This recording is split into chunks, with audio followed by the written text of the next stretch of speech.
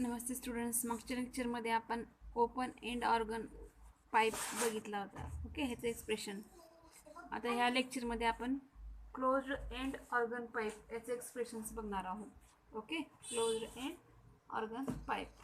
Okay, और त्यालाच काय म्हणलेलं आहे, और string fixed at the other end, म्हणजे अशी स्ट्रिंग की जी काय असेल दुसऱ्या एंडला देखील फिक्स असेल.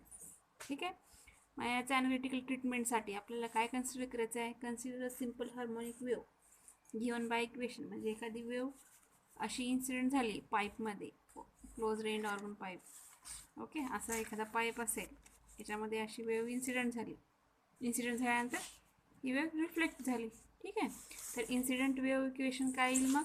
So consider simple harmonic wave given by equation y1 is equal to a sin 2 pi by lambda vt minus x. याला काय म्हटलं, इन्सिडेंट वेव्ह आफ्टर रिफ्लेक्शन मायनसचं काय प्लस होत असते. So displacement of the same particle at the same instant due to reflected wave. Okay, reflected वेव्हमुळे displacement झालेलं जे आहे that is y2 is equal to minus a sine 2 pi by lambda vt minus x. ही काय झाली, reflected wave. तर resultant दोन्हीचं. Okay, हे इन्सिडेंट वेव्ह आणि ही रिफ्लेक्टेड वेव्ह दोन्हीचं resultant. So resultant y is equal to काय येईल मग, दोन्हीची addition y1 plus y2. Okay, दोन्ही ॲडिशन करा मग दोन्हीची. ही एक टर्म आणि ही एक टर्म सबस्टिट्यूट केले तर y1 आणि y2ची व्हॅल्यू. मग दोन्हीचे ॲडिशन काय येते, हे साइन a मायनस बी आणि साइन a प्लस बीच्या फॉर्ममध्ये. मॅथमॅटिकली आपण कसं लिहू शकतो मग याला, -2a sin a cos b अशा प्रकारे. ओके, सो रिझल्टंट इक्वेशन अशा प्रकारे आले. ह्याला इक्वेशन नंबर 4 म्हणूया. Okay, so the resultant vibrations of particle represent simple harmonic wave of the same time period. त्याचा टाईम पिरियड कसा आहे, सेम आहे, cos 2 pi vt by lambda. And the amplitude of, त्याचं जे ॲम्प्लिट्यूड आहे, the amplitude of resultant wave is given by amplitude म्हणजे ही term. जसं आपण ओपन एंडमध्ये बघितलं होतं तसंच सेम एक्सप्रेशन आहे क्लोज एंडमध्ये, फक्त साईनचा फरक आहे आणि थोडं बहुत changes. Okay, so the resultant wave amplitude हे झालं a is equal to a sine 2 pi x by lambda. So the resultant amplitude is कशाचं फंक्शन आहे, एक्सचं फंक्शन आहे. So resultant amplitude is a function of x. मग आता हे आपल्याला डिस्प्लेसमेंट काढलं. आता डिस्प्लेसमेंटवरून व्हेलॉसिटी, जसं मागचं एक्सप्रेशन बघितलं तसं स्टेप बाय स्टेप आपल्याला जायचं आहे. मागचं तुम्हाला इन डिटेलमध्ये घेतलेलं आहे, ते मागच्या लेक्चरमध्ये. काय डाऊट असला तुम्ही तिकडेही बघू शकता. Okay, so the velocity of particle at any instant of time is dy by dt.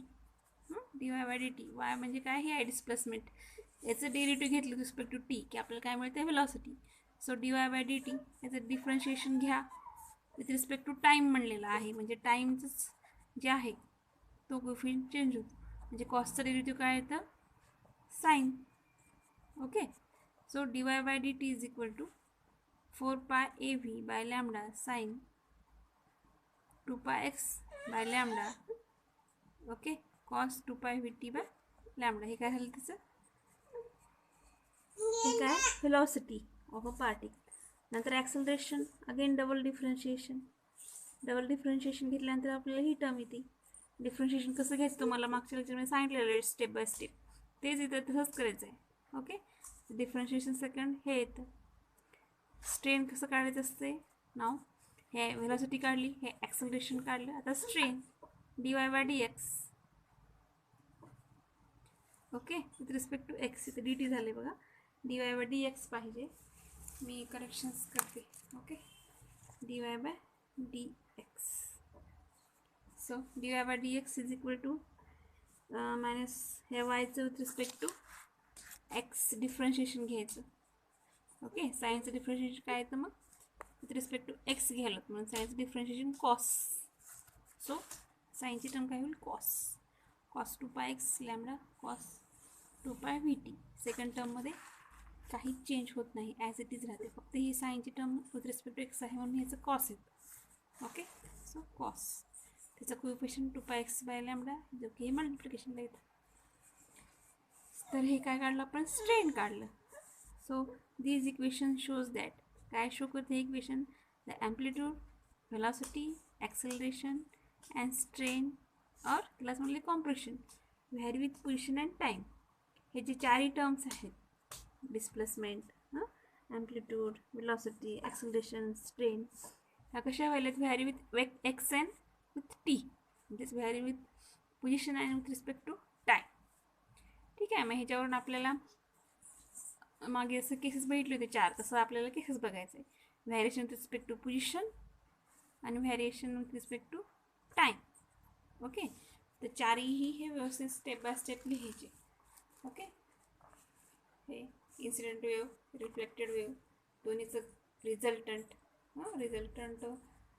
मध्ये जी असं रिझल्टंट इक्वेशन आपण केलं आपण, हे म्हणजे काय? डिस्प्लेसमेंट.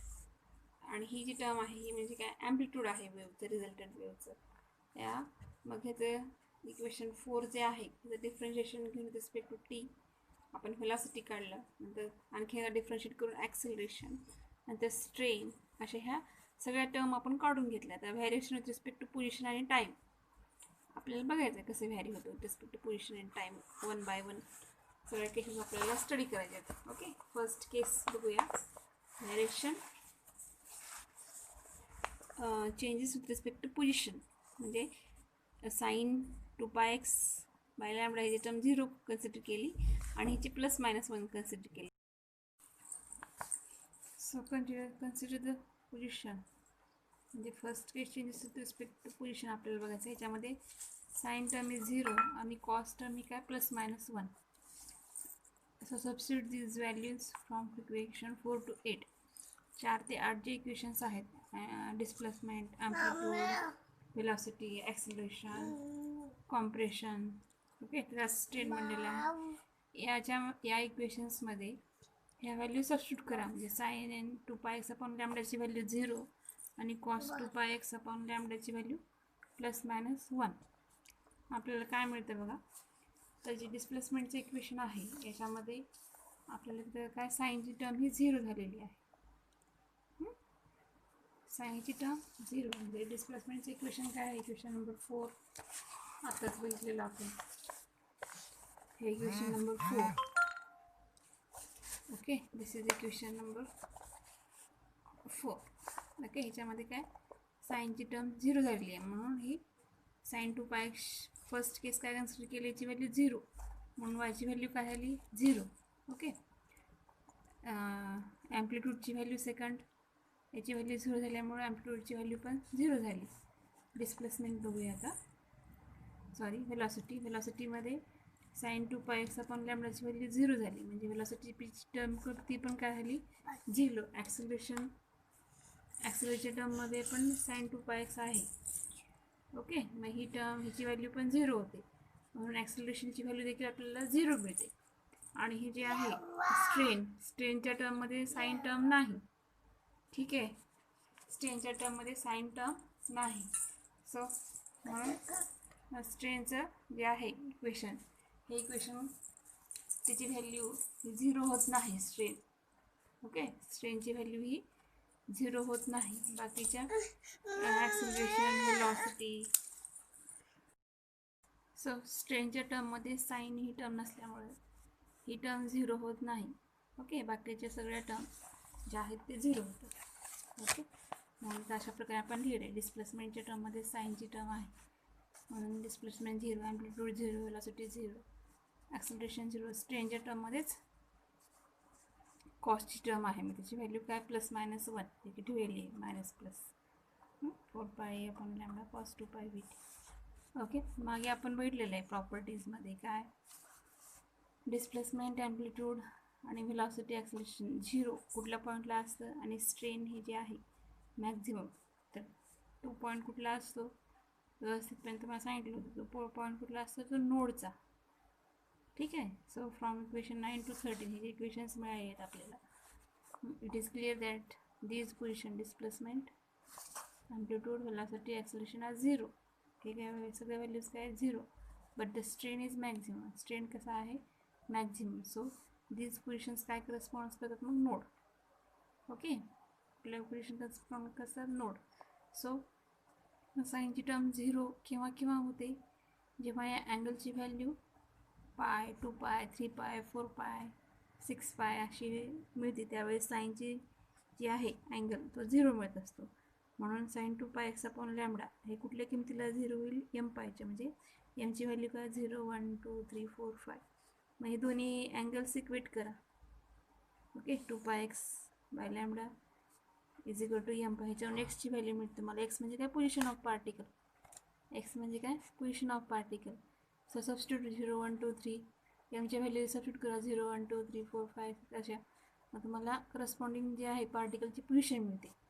0 ठेवल्यानंतर 0, 1 ठेवल्यानंतर लॅम्बडा बाय 2. ओके, 2 ठेवल्यानंतर 2 टू गेट कॅन्सल, फक्त लॅम्बडा राहतं. अशा प्रकारे आपल्याला हे नोड्सचे पोझिशन मिळतात. So the nodes are equidistance. Nodes कसे आहेत? दोन्हीमधलं डिस्टन्स हे इक्विडिस्टन्स आहे, म्हणजे सेपरेटेड बाय लॅम्बडा बाय 2. प्रत्येकामधलं डिस्टन्स लॅम्बडा बाय 2 आहे. At x is equal to 0 the position of interface is node. म्हणजे फर्स्ट पोझिशन काय असेल? नोडची असेल. इंटरफेसची पोझिशन ही node. Therefore, the position of closed end or pipe or fixed end of a straight string corresponds to node. त्याची काय असेल मग? काय करस्पॉन्ड करते? नोड. आपलं फर्स्ट काय मिळतं मग? नोड. ओके, या केसमध्ये सेकंड कन्सिडर करूया. तर मागे आपण साईनची टर्म 0 केलं, आता कॉसची term cos 2 pi x by lambda 0. हे जेव्हा आपण सबस्टिट्यूट करतो फ्रॉम इक्वेशन 4 to 8 ही कॉसची व्हॅल्यू 0, तेव्हा आपल्याला काय काय इक्वेशन मिळतात? डिस्प्लेसमेंटचं इक्वेशन आहे. ॲम्प्लिट्यूड काय आहे? 2a cos. ॲम्प्लिट्यूडचा फॉर्म्युला काय आहे? 2a sine 2 pi x by lambda. Okay, ज्याची व्हॅल्यू प्लस मायनस 1 होते. साईनची व्हॅल्यू प्लस मायनस 1, साईनची व्हॅल्यू प्लस मायनस 1. ओके, इथली साईनची व्हॅल्यू प्लस मायनस 1, इथली प्लस मायनस 1. आणि ही जे इथं जे आहे कॉसची व्हॅल्यू, साईनची व्हॅल्यू प्लस मायनस 1 आणि कॉसची व्हॅल्यू 0. म्हणजे ह्या केसमध्ये काय होतो? स्ट्रेन हा 0 होतो आणि बाकीच्या व्हॅल्यू मिळतात आपल्याला. ओके, तर बाकीच्या व्हॅल्यू काय काय आहेत? मग ह्या इक्वेशनमध्ये सबस्टिट्यूट केल्यानंतर काय काय येतात?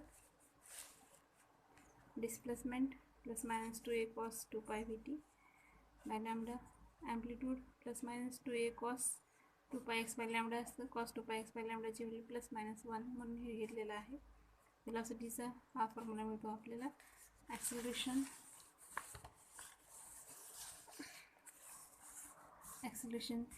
हा फॉर्म्युला प्लस मायनस 1. इथले कॉस 2 पाय एक्स बाय लॅम्बडाची व्हॅल्यू 1 होते म्हणून plus minus high value. Strain तुम्हाला सांगितलं होतं. स्ट्रेन काय होतं? आता कॉसची व्हॅल्यू जी आहे, स्ट्रेनमध्ये कॉसच्या व्हॅल्यूज आहेत. कॉसची व्हॅल्यू काय होते? 0 होते, म्हणून स्ट्रेन हा 0. As there is strain is 0. 0 strain कुठल्या पोझिशनला असतो? अँटीनोडला. ओके, स्ट्रेन 0 कुठल्या पोझिशनला असतो? अँटीनोडला. So this position corresponds to antinode. Antinode केव्हा मिळतो आपल्याला? साईन 2 पाय एक्स बाय लॅम्बडाची व्हॅल्यू प्लस मायनस 1 असते. मग प्लस मायनस 1 व्हॅल्यू केव्हा असते साईनची? Sine pi by 2, sine 3 pi by 2 अशा केसमध्ये प्लस मायनस 1 असते. म्हणून एमची व्हॅल्यू जेव्हा आपण 0, 1, 2, 3 सबस्टिट्यूट करू तेव्हा आपल्याला काय मिळेल? 0 ठेवा. पहिली व्हॅल्यू 0 ठेवल्यानंतर काय येईल तुम्हाला? Pi by 2. Sine pi by 2ची व्हॅल्यू काय असते? प्लस 1. ओके, मग अशा डिफरंट व्हॅल्यूला साईनची व्हॅल्यू काय येते? प्लस मायनस 1 येते. एम इज इक्वल टू 0, 1, 2, 3 ठेवलं तर दोन्ही इक्वेट करा. सेम प्रोसिजर्स आहेत. दोन्ही अँगल्स इक्वेट करा. साईन साईन हा इक्वेट केला, त्याच्यावरून एक्सची व्हॅल्यू, मग एमची व्हॅल्यू सबस्टिट्यूट करा. एक्सची व्हॅल्यू ही मिळाली. याच्यामध्ये एमची व्हॅल्यू सबस्टिट्यूट केल्यानंतर मला पोझिशन मिळते. सो दस द अँटीनोड्स आर इक्विडिस्टन्स. इथं पण काय? दोन अँटीनोड्समधलं डिस्टन्स हे कसा इक्विडिस्टन्स किती आहे? दोन्हीमधलं distance lambda by 2. Okay, the first antinode is at distance by lambda. First antinode कुठं आहे? लॅम्बडा बाय 4ला आहे. From the closed end to the closed end और fixed end of straight string. Okay, अँटीनोडचं distance किती आहे मग? Lambda by 4ला आहे. आपण हे दोन केसेस बघितले. आता चेंजेस रिस्पेक्ट टू पोझिशनच्या 2 केस बघितल्या. आता चेंजेस रिस्पेक्ट टू टाईम बघायचं आहे. रिस्पेक्ट टाईम बघत असताना तसंच सेम पहिलं साईनची टर्म 0 आणि कॉसची प्लस मायनस 1. साईनची टर्म 0 होते, म्हणजेच काय काय 0 होतं? Sine 2 pi v t by lambda. Okay, तर इथं जे आहे ते टाईम व्हॅरिंग कन्सेप्ट आहे, म्हणून व्ही टीची टर्म जी आहे ते आपल्याला लक्षात ठेवायचं. Sine 2 pi by v t by lambda. डिस्प्लेसमेंटचं इक्वेशन अशा प्रकारे येतं. ॲम्प्लिट्यूडचं हे व्हॅल्यूज सबस्टिट्यूट केल्यानंतर इक्वेशन 6 to 8मध्ये. ओके, मग डिस्प्लेसमेंटचं इक्वेशन हे, ॲम्प्लिट्यूडचं हे, वेलॉसिटीचं, ॲक्सलेरेशनचा फॉर्म्युला आपल्याला अशा प्रकारे, स्ट्रेनचा फॉर्म्युला अशा प्रकारे मिळतो. Okay, so these equation show that at this instant, ह्या इन्स्टंटला काय असतं, displacement, strain are maximum at all positions and the velocity of particle is 0. Velocity of particle काय आहे, 0 आहे. हियर कॉस्टची व्हॅल्यू काय, ±1 आहे. मग कॉस्टची व्हॅल्यू कुठल्या कुठल्या अँगल्सला ±1 असते. ओके, इथले जे आहे अँगल्स, जसं की कॉस पाय, कॉस 0, कॉस 0ची व्हॅल्यू +1 असते. अशा प्रकारे मग त्या अँगल्सची व्हॅल्यू आपल्याला काढा. दॅट इज कॉस एम पाय, म्हणजे एम पाय म्हणजे एमची व्हॅल्यू 0, 1, 2, 3 अशी असते. ओके, इथे लिहिली नाही एमची व्हॅल्यू, घ्यावं लागेल ते. सो हियर एमची व्हॅल्यू काय, 0, 1, 2, 3 up to so. Okay, first एमची व्हॅल्यू 0, कॉस 0ची व्हॅल्यू काय असते, +1. नंतर 1 ठेवलं, कॉस पायची व्हॅल्यू -1. अशा प्रकारे +-1 ह्या व्हॅल्यूज केव्हा येतील, जेव्हा ह्याची व्हॅल्यूज ह्या असतील एमच्या, म्हणजे दोन्ही इक्वेट करा अँगल. त्याच्यावरून एक्स v/t म्हणजे काय असते, what is v/λ. v/λ formula काय आहे, μ/λ 1/t, जो की ह्या इक्वेशनमध्ये सबस्टिट्यूट करा. आफ्टर सबस्टिट्यूशन पाय कॅन्सल होतो दोन्हीकडचं, इथला पाय आणि हा पाय कॅन्सल होतो. v/λची व्हॅल्यू, μ/λची व्हॅल्यू t येते, μ/λची व्हॅल्यू 1/t, ते सबस्टिट्यूट करा. μ/λ 1/t after substitution in this equation. t is equal to काय मिळेल तुम्हाला, मग टीला इकडे शिफ्ट केलं, 1/t येतं नाही तर μ/λ 1/t, टी इकडे शिफ्ट केलं, mt/2, पाय तर कॅन्सल होतं, 2 इकडे शिफ्ट होतं, म्हणजे हे इक्वेशन अशा प्रकारे मिळतात. मग टीच्या व्हॅल्यू, एमची व्हॅल्यू 0, 1, 2, 3 त्या सबस्टिट्यूट केल्यानंतर आपल्याला अशा प्रकारे हे मिळतात. At this instant each particle is at extreme position. याच्यामध्ये पार्टिकल कुठं आहे, एक्स्ट्रीम पोझिशनला आहे. And the pattern is stationary at that instant. This instant is called as stationary instant. Okay, या इन्स्टंटला काय म्हणायचं, स्टेशनरी इन्स्टंट. आपण ही फर्स्ट सेकंड केस बघूया, ज्यामध्ये काय, साईनची व्हॅल्यू +-1 आणि कॉसची 0. मग ह्या व्हॅल्यू सबस्टिट्यूट करा फ्रॉम इक्वेशन 4 to 8. मग आपल्याला हे जे आहे कॉसची टर्म 0 झाली. ओके, मग डिस्प्लेसमेंटचं इक्वेशन, ओके, ॲम्प्लिट्यूडचं इक्वेशन, हे तर इंडिपेंडेंट ऑफ टाईम जे आहे तेच राहते. त्याच्यामध्ये टाईमचा म्हणजे टाईमची टर्मच नाही, एवढीच व्हॅल्यू आहे, जेवढी तेवढी राहते independent of time.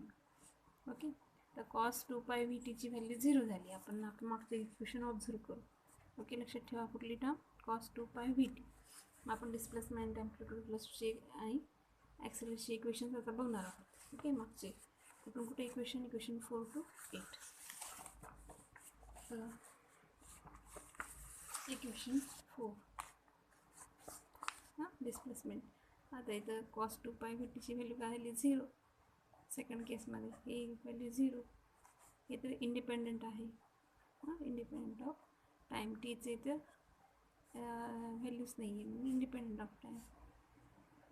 Velocity cos 2π/vt/λ he term आहे, म्हणजे ही टर्म देखील 0 झाली, हिची व्हॅल्यू 0 झाल्यामुळे ही टर्म 0 झाली, ही टर्म 0 झाली.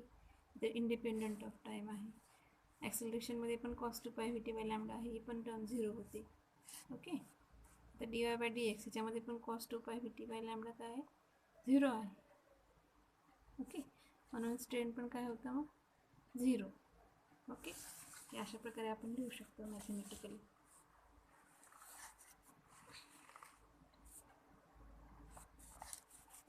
ओके, या टर्ममध्ये आपलं चाललं कॉस 2π/vt +- सॉरी, ही आहे सेकंड केसमध्ये. ओके,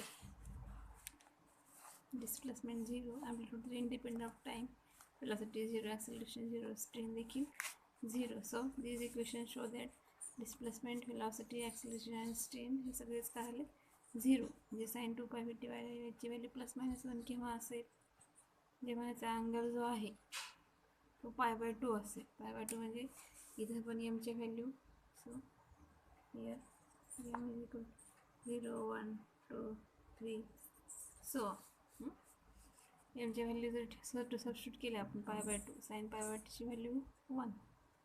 ओके, म्हणजे ह्या अँगलची व्हॅल्यू ही वरची. सो इक्वेट केलं दोन्हीलाही. न्यू बाय लॅम्डाची व्हॅल्यू 1/t सबस्टिट्यूट केलं. न्यू बाय लॅम्डा आहे का नाही इथं, थीटा याची व्हॅल्यू काय 1/t ते सबस्टिट्यूट करा. पाय कॅन्सल होतं, 2 कॅन्सल होतं, सॉरी 2 कॅन्सल नाही, हे इकडं आल्यानंतर 4 होतं. t is equal to 4 2m + 1 t. याच्यामध्ये तर एमच्या व्हॅल्यू 0 1 2 3 ठेवा. आपल्याला time period t is equal to काय एक्सप्रेशन म्हणजे t/4 3t/5 अशा प्रकारे आपल्याला टाईम पिरियडच्या व्हॅल्यू मिळतं. सो याचा मिनिंग काय मग, t is equal to t/4 3t/4. Okay, at the instant of time all particles are at their mean positions. कुठे आहेत पार्टिकल, मीन पोझिशनला आहेत ह्या टाईमला t/4. Okay, at this instant of time all particles at their mean position. It follows that, याच्यावरून काय करतं, twice in each time period the particle pass through their mean position. म्हणजे दोनदा twice in each time period particle passes through their mean position. 2 वेळेस particle हा मीन पोझिशनमधून pass होतो, त्याच्यावरून हे सांगतं. ठीक आहे, तर प्रत्येक ह्याचा काहीतरी काही मिनिंग असतो. So this indicate that twice in each time period particle passes through their mean position. Okay, अशा प्रकारे आपण क्लोज एंडचं जे आहे एक्सप्रेशन हे बघितलेलं आहे. तर कुठली पोझिशन्स करस्पॉन्ड करते, फर्स्ट नोडची, नंतर अँटी नोडची, नंतर आपण काय बघितलं टाईम पिरियड त्याचं काढलं. ओके, ह्या पोझिशनला मग पार्टिकल कुठं असतात, एक्स्ट्रीम पोझिशनला, म्हणजे वरचं एक्स्ट्रीम पोझिशनला असतात. ओके, cos mx ± असं आणि एक्स्ट्रीम पोझिशन, आणि प्लस साईनची व्हॅल्यू ±1 असताना कुठे असतात पार्टिकल्स, ही कुठली पोझिशन आहे, मीन पोझिशन. ओके, आणि हे इथं each particle is at extreme position. ह्याचे हे काय इंडिकेट करतं की पार्टिकल कुठं असतो, एक्स्ट्रीम पोझिशन.